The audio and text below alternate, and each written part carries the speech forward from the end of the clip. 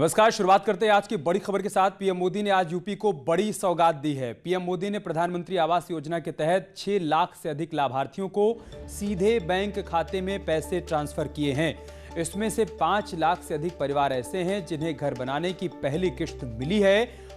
कुल परिवारों को करीब 27 करोड़ रुपए से अधिक की राशि ट्रांसफर की गई है। 80,000 परिवारों को मकान की दूसरी किश्त मिली है। पीएम मोदी ने फंड ट्रांसफर के बाद लाभार्थियों से बातचीत भी की, जिसमें लाभार्थी उनसे बात करते हुए काफी खुश नजर आए। पीएम मोदी ने यूपी को सौगात दी है। 6 लाख से अधिक लाभार्थियों को यह सौगात मिली है। सीधे उनके बैंक खाते में रकम ट्रांसफर की गई है। 5 लाख परिवारों को पहली किश्त मिली है, जबकि 80,000 परिवार ऐसे हैं जिनको दूसरी किश्त मिली है। पीएम मोदी ने लाभार्थियों से सीधे बातचीत की है। उनसे पूछा है कि पीएम आवास योजना का लाभ पाने में क्या उनको किसी प्रकार की कोई कठिनाई तो नहीं हुई। साथ ही साथ प्रधानमंत्री मोदी ने विपक्ष को भी निशाने पर लिया। उन्होंने कहा कि पहले की सरकारों की नीयत ठीक नहीं थी, उनकी नीति ठीक नहीं थी। इस वजह से जरूरतमंदों को, लाभार्थियों को प्रधानमंत्री आवास योजना का लाभ नहीं मिल पा रहा था। लेकिन अब चूंकि डबल इंजन की सरकार है, लिहाजा सीधे तौर पर लाभ लाभार्थियों को मिल पा रहा है। नमस्कार गणेशी जी, नमस्कार। नमस्कार साहब, नमस्कार। आपका घर बनने का काम शुरू हो गया क्या, या फिर अभी शुरू नहीं होना साहब, है? घर बन गया है, छत पड़ गई है और प्लास्टर भी हो गया है। खाली वो होना है, रंग होना है। अब तक कितना खर्चा किया? खर्चा होगा 1,10,000। वो सारे पैसे समय पे मिल गए आपको? जी। किसी से कर्ज दे करके नहीं लेना पड़ा है ना? कर्ज किसी से ब्याज दे करके? नहीं साहब, किसी ने लिया पड़ा। हाँ। चलिए, मेरी तरफ से आपको बहुत शुभकामनाएं हैं। बहुत बहुत बहुत बहुत साहब, खुशी हमको आपकी है। राजकुमारी जी, नमस्ते। नमस्ते सरकार। नमस्ते। नमस्ते। नमस्ते सरकार। तो आपका खुद का घर, ये सपना तो कभी आपने देखा ही होगा। हाँ सरकार। तो अभी सपना पूरा हो रहा है? पूरा हो गए। अच्छा, अभी जो कच्ची छत का घर है उसमें काफी दिक्कत होती होगी। हाँ, दिक्कत आवत सरकार। पानी आवत है। हाँ। चुवत है। हाँ। बरसात में पानी चुवत है। ओढ़ना भी भीग जाते हैं, का अनाज भी भीग जाता है, हम भी भीग जाते हैं, बैठे के ठौर नहीं रहता है। हाँ।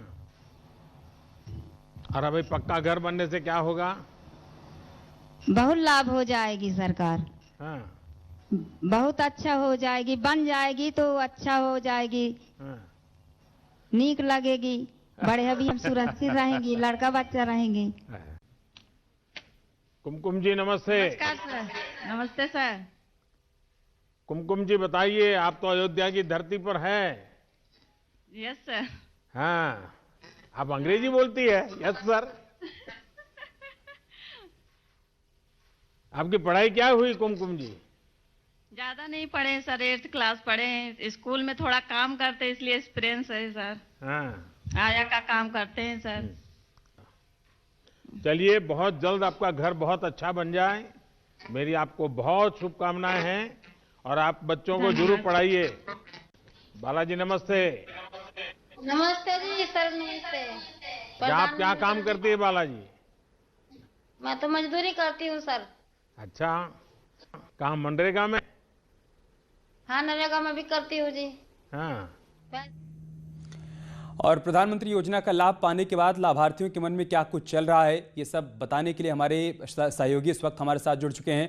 अनामिका हमारे साथ लखनऊ से जुड़ चुके हैं। इसके अलावा रवि पांडे हमारे साथ वाराणसी से हैं, निमिष हमारे साथ अयोध्या से हैं, अखिलेश कुमार हमारे साथ चित्रकूट से जुड़ चुके हैं। अनामिका, किसी भी इंसान के जीवन की जो मूलभूत ज़रूरतें होती हैं वो है रोटी, कपड़ा और मकान। रोटी और कपड़े का इंतजाम तो इंसान कर लेता है, लेकिन मकान बनाना एक बड़ी चुनौती है। और अगर ऐसे में सरकार की तरफ से सहयोग मिल जाए तो बहुत आसान हो जाता है। अब बिल्कुल देखिए, मूलभूत सुविधाओं की अगर बात की जाए तो आवास सबसे बड़ा सपना, और शायद यही वजह है कि केंद्र सरकार की तरफ से 2022 तक सभी के पास अपना घर हो। और इसी के लिए प्रधानमंत्री आवास योजना के तहत देख सकते हैं आप कि किस तरीके से उत्तर प्रदेश में भी आज भी 5 जिले ऐसे थे जो जुड़े हुए थे और 5 जिलों में लाखों ऐसे लोग थे, लाखों ऐसे लाभार्थी थे जिनको पहली किस्त और दूसरी किस्त दी गई है। मुख्यमंत्री योगी आदित्यनाथ भी अपने आवास से वर्चुअली इस कार्यक्रम में जुड़े हुए थे और महत्वपूर्ण ये भी होगा कि प्रधानमंत्री के संबोधन में क्या खास था।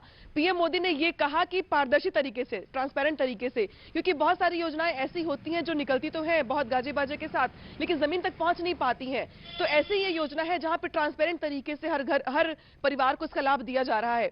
इसके अलावा उत्तर प्रदेश जिसने इस मामले में उपलब्धि भी हासिल की है, तो यहां पे उन्होंने तारीफ भी की है कि मुख्यमंत्री योगी आदित्यनाथ की मेहनत की वजह से जो है उत्तर प्रदेश इस पूरे मामले में सबसे ज्यादा आगे दिखाई दे रहा है बाकी राज्यों के मुकाबले में। और आज भी बहुत सारे परिवार ऐसे जुड़े हुए थे, मैं कुछ लोगों को सुन भी रही थी जो महिलाएं अपनी बात कह रही थी कि किस तरीके से बरसात में पानी गिरता है और सब कुछ भीग जाता है, लेकिन जब पक्का मकान हो जाएगा तो शायद उन्हें ये दिक्कत नहीं होगी। तो ये आवास की जो सुविधा होगी ये रोटी कपड़ा के बाद सबसे बड़ी सुविधा है और जरूरत है अमित एक तरीके से। और आज बहुत सारे चेहरे आज खिले हुए मुस्कुराते दिखाई दे रहे हैं, तो कम से कम ये तो मानना पड़ेगा कि आज बहुत सारे परिवार ऐसे होंगे जिनको आज लाभ मिला है और उनके चेहरे पे मुस्कुराहट है। ठीक बात है। वाराणसी चलते हैं, रवि पांडे वहां से हमारे साथ जुड़े हुए हैं। रवि, वाराणसी के लोगों के चेहरे पर किस प्रकार की मुस्कुराहट है, कैसा सुकून है, खासतौर से उन लोगों की बात की जाए जिनको इस योजना का लाभ मिला है तो? देखिए, अगर अब तक इस योजना की बात करें तो वाराणसी में लगभग 30,000 लोग इस योजना का पिछले 5 साल में लाभ ले चुके हैं। लगभग 17,000 लोग शहरी इलाके से हैं तो वहीं लगभग 13,000 लोग ग्रामीण इलाके से। अब एक बार फिर से इस योजना की शुरुआत हो रही है और पहला किस्त नरेंद्र मोदी जी ने अपने खातों में डाला है। 8 लोग इसमें शामिल थे, जिसमें से एक कमला देवी थी। तो कमला देवी का एक बहुत बड़ा सपना था, उनके घर का, उनके सर के ऊपर एक छत हो जाए, तो ये सपना आज उनका साकार हो गया। और सबसे बड़ी बात नरेंद्र मोदी जी की आज ये दिखी कि हर योजनाओं के बारे में पूछा नरेंद्र मोदी जी ने कि कहीं किसी योजनाओं में कोई लापरवाही तो नहीं है, आपको उस योजना का लाभ मिल रहा है कि नहीं, अगर योजना का लाभ भी मिल रहा है तो आपको कहीं ऑफिसों का चक्कर तो नहीं काटना पड़ रहा है। तो ऐसे सवालों का जवाब देने के बाद जो कमला देवी, उनको काफ़ी खुशी है। और रही बाकी काशी की जनता को लेकर के, तो उनके में ये बहुत बड़ा सुकून होता है कि नरेंद्र मोदी जी जब भी कोई योजना लाते हैं तो डायरेक्ट खुद जो लाभार्थी हैं उनसे पूछते हैं कि कहीं ये योजना में कहीं कोई गड़बड़ी तो नहीं, आपको मिल तो नहीं रहा है। तो ऐसे में इस योजना पीएम मोदी को लेकर के काशी की जनता और योजनाओं को लेकर के काफ़ी आश्वस्त होती है। ठीक बात है। अयोध्या चलते हैं, निमिष वहाँ से हमारे साथ जुड़े हुए हैं। निमिष, अयोध्या के जिन लोगों को योजना का लाभ मिला है उनके चेहरे पर खुशी दोगुनी थी। एक तो भगवान राम का मंदिर भी बन रहा है वहाँ पर और साथ ही साथ उनका आवास भी बन रहा है, उनका जो सपना था वो साकार हो गया।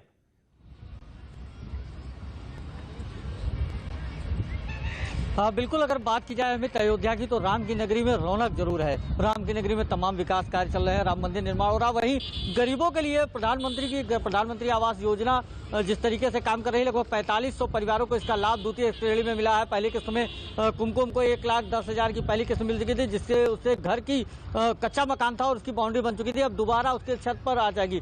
और इस तरीके की प्रधानमंत्री से वर्चुअल रूप से बात करने के बाद कुमकुम बेहद गदगद दिखी। और इतना ही नहीं, उस गाँव के लोग, उस वहाँ के प्रधान, सब लोग बड़ा उत्साहित थे। जिस तरीके से अभी आप बता रहे थे कि मूलभूत सुविधाएं गरीबों के लिए, रोटी कपड़ा मकान, एक जाहिर सी बात है बहुत बड़ी समस्या है और उसमें इतना बड़ा योगदान सरकार का, तो जिसको भी मिला है, जिन लोगों को भी मिला है, बहुत आसानी से जो पा गए हैं, ये लोग बहुत खुश हैं, प्रफुल्लित हैं, क्योंकि किसी तरीके की इनके साथ कोई अमित जो सरकारी दफ्तर है उनके चक्कर नहीं काटने पड़े, उनको परेशानी हो। जैसा कि प्रधानमंत्री ने वर्चुअल रूप से हर व्यक्ति से जाना कि क्या समस्याएं थी, कैसे हुई, किस तरीके की सुविधाएं मिली। तो अयोध्या में देखिए अमित, जो माहौल है वो बिल्कुल राम है, राम की नगरी में। और अब गरीबों को जो आवास मिल रहा है उसको लेकर आसपास के जितने लोग हैं, जिन लोगों को मिला है, लगभग 4500 लोगों को आज इसका लाभ मिला है। तो जाहिर सी बात है उत्साह देखने को मिला है। और सबसे बड़ी बात कि अपने प्रधानमंत्री से बात करके जो स्थानीय स्तर पर कुमकुम हो, चाहे जो लोग, जिन लोगों ने वर्चुअल रूप से उनको टीवी पर देखा है, तो इस तरीके से एलसीडी देखने के बाद लोग बहुत बेहद प्रसन्न हुए। और खुद प्रधानमंत्री ने भी लोगों से जाना, हालचाल पूछा, कुमकुम से पढ़ाई के बारे में पूछा, उनसे ये अपील भी की कि आप अपने बच्चों को पढ़ाएं। तो जाहिर सी बात है बहुत अच्छा माहौल था। और प्रधानमंत्री आवास योजना का लाभ लेकर जाहिर सी बात है कि अयोध्या में, राम की नगरी में गरीबों में उत्साह है। जी ठीक बात है। चित्रकूट चलते हैं, वहां से अखिलेश हमारे साथ जुड़े हुए हैं। अखिलेश, वहां पर उन लोगों की क्या प्रतिक्रिया है जिनको योजना का लाभ मिला है?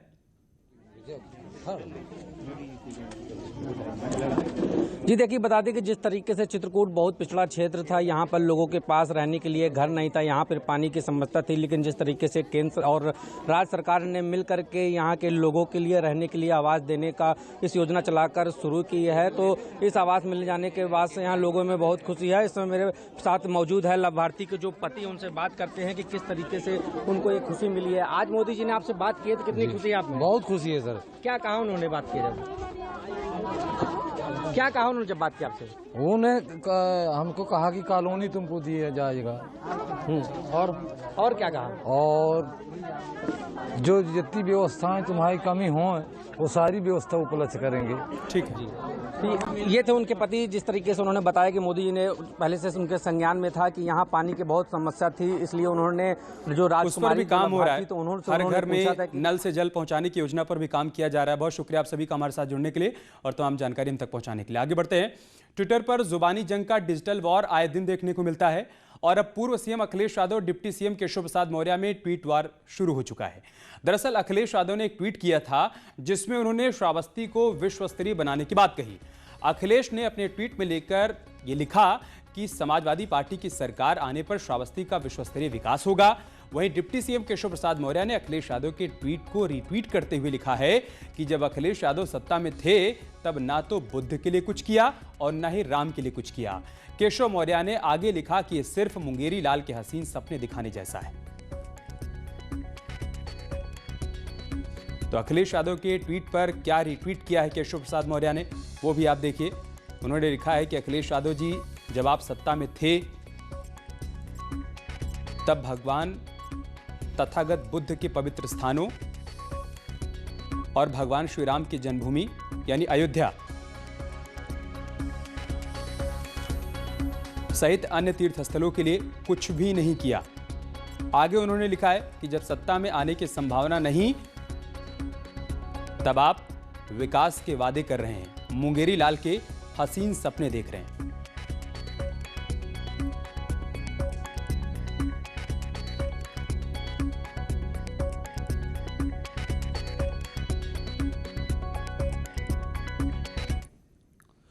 और बात करते एक और बड़ी खबर की। ट्रैक्टर परेड को लेकर सुप्रीम कोर्ट में सुनवाई शुरू हो चुकी है। दिल्ली पुलिस की याचिका पर सुनवाई हो रही है। सॉलिसिटर जनरल ने मांग की है कि 25 जनवरी को सुनवाई करें। पहले ही कह चुके हैं कि मामला पुलिस का है, ये सुप्रीम कोर्ट की तरफ से कहा जा चुका है। हम इस मामले में कोई आदेश नहीं देंगे, ये भी कह दिया है सुप्रीम कोर्ट ने। अथॉरिटी के तौर पर आप आदेश जारी करें, चीफ जस्टिस ऑफ इंडिया की तरफ से यह भी कहा गया है। सुप्रीम कोर्ट ने अर्जी वापस लेने का आदेश भी दिया है। ये बड़ी खबर हम आपको बता रहे हैं। सुप्रीम कोर्ट में सुनवाई शुरू हो चुकी है। ट्रैक्टर रैली को लेकर दिल्ली पुलिस की याचिका पर यह सुनवाई चल रही है। सॉलिसिटर जनरल ने मांग की है कि 25 जनवरी को सुनवाई करें, लेकिन सुप्रीम कोर्ट की तरफ से कहा गया है कि पहले ही हम कह चुके हैं कि मामला पुलिस का है, हम इस मामले में कोई भी आदेश नहीं देंगे। चीफ जस्टिस ऑफ इंडिया ने यह भी कहा है, साथ ही साथ यह भी कहा कि अथॉरिटी के तौर पर आप आदेश जारी करें। सभा हर रोक दफा।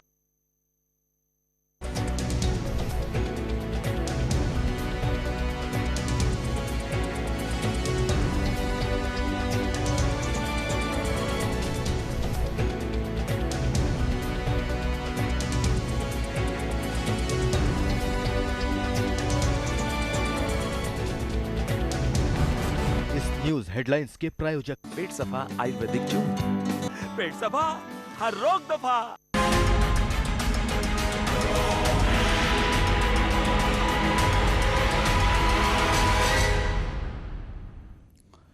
और एक बड़ी खबर कानपुर देहात से, जहां पर विकास दुबे एनकाउंटर मामले में अपडेट आया है। मनु पांडे को क्लीन चिट मिल गई है। मजिस्ट्रियल जांच में क्लीन चिट मिली है मनु पांडे को। मनु पांडे के घर से ही सीओ का शव बरामद किया गया था। मनु पांडे के कई ऑडियो भी वायरल हुए थे। ऑडियो में मनु पांडे ने फायरिंग के लिए कहा था। माती मुख्यालय में चार्जशीट दाखिल हुई है, जिसके बाद अपडेट ये सामने आया है कि मजिस्ट्रियल जांच में मनु पांडे को फिलहाल क्लीन चिट मिल गई है।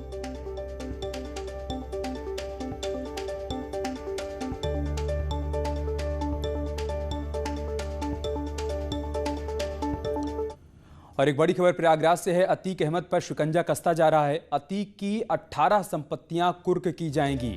अतीक के गुर्गे माजिद की भी कुर्की होगी। माजिद की 4 संपत्तियों को कुर्क किया जाएगा। गैंगस्टर एक्ट के तहत यह कार्रवाई होगी। करोड़ों की बताई जा रही है जमीन, जिससे अब कुर्क किया जाएगा।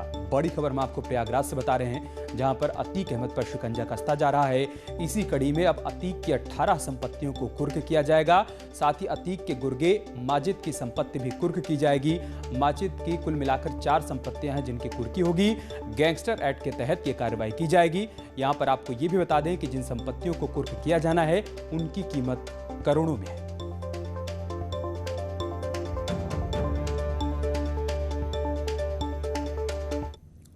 संत कबीर नगर जिले के हैसर ब्लॉक परिसर में हुए कार्यक्रम में असलहों का प्रदर्शन देखने को मिला। पंचायत चुनाव को देखते हुए ब्लॉक परिसर में ब्लॉक प्रमुख प्रिंस अगम सिंह ने पंचायत जनप्रतिनिधियों के सम्मान समारोह का आयोजन किया था। कार्यक्रम में असलहों का जमकर प्रदर्शन किया गया। नियम कानून की परवाह किए बिना असलहाधारियों ने असलहों का प्रदर्शन किया। कार्यक्रम के दौरान पुलिस की मौजूदगी भी रही, लेकिन असलहा प्रदर्शन के दौरान पुलिस भी तमाशबीन बनी रही। वहीं इस पूरे मामले में पुलिस कि कोई भी अधिकारी कुछ भी कहने से बच रहे।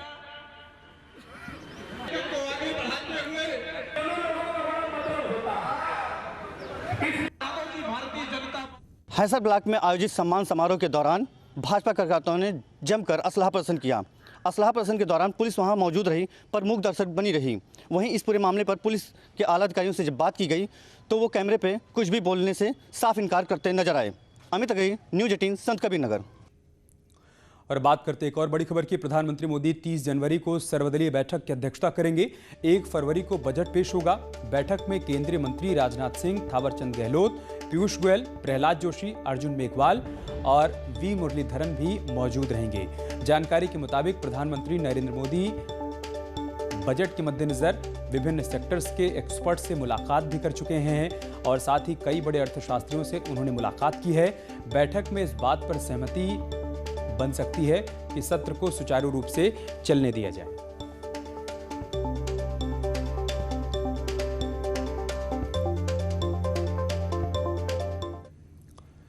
क्या आप खिलौना बनाते हैं? क्या खिलौनों से आपको प्यार है? क्या आपके बच्चे खिलौनों को लेकर क्रिएटिव हैं? तो यह खबर आपके लिए है। भारतीय संस्कृति पर अगर आप कोई खिलौना बनाकर भेजते हैं तो जीतने पर भारत सरकार आपको 50 लाख रुपए का इनाम देगी। केंद्रीय शिक्षा मंत्रालय युवाओं को टॉयकेथॉन में हिस्सा लेकर 50 लाख रुपए तक इनाम जीतने का मौका दे रहा है।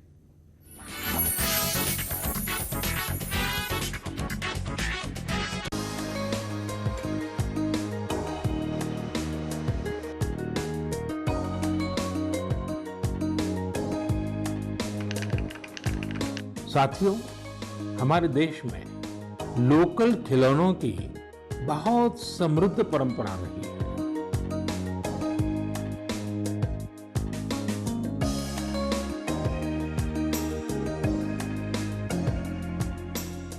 आंध्र प्रदेश के कृष्णा में कोंडापल्ली, तमिलनाडु में तंजौर, असम में धुबरी, उत्तर प्रदेश का वाराणसी, कई ऐसे स्थान हैं।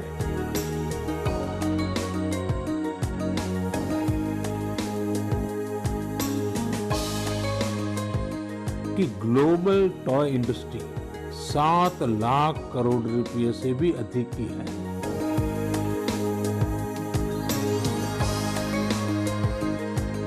लेकिन भारत का हिस्सा खिलौनों के ग्लोबल मार्केट में बहुत कम है। जिस देश की विरासत इतनी मजबूत हो, उस देश के खिलौनों की भागीदारी दुनिया में कम क्यों है?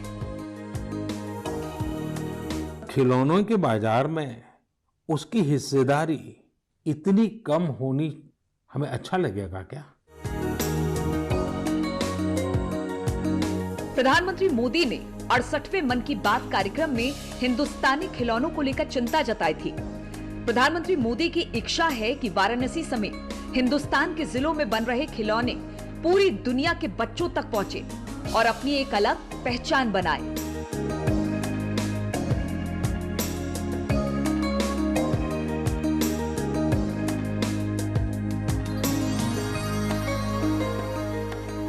इसे आगे बढ़ाने के लिए देश को मिलकर मेहनत करनी होगी।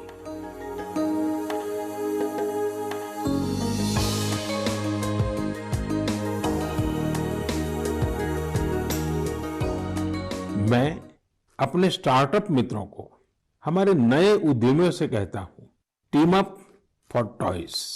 आइए मिलकर खिलौने बनाएं। अब सभी के लिए लोकल खिलौनों के लिए वोकल होने का समय है।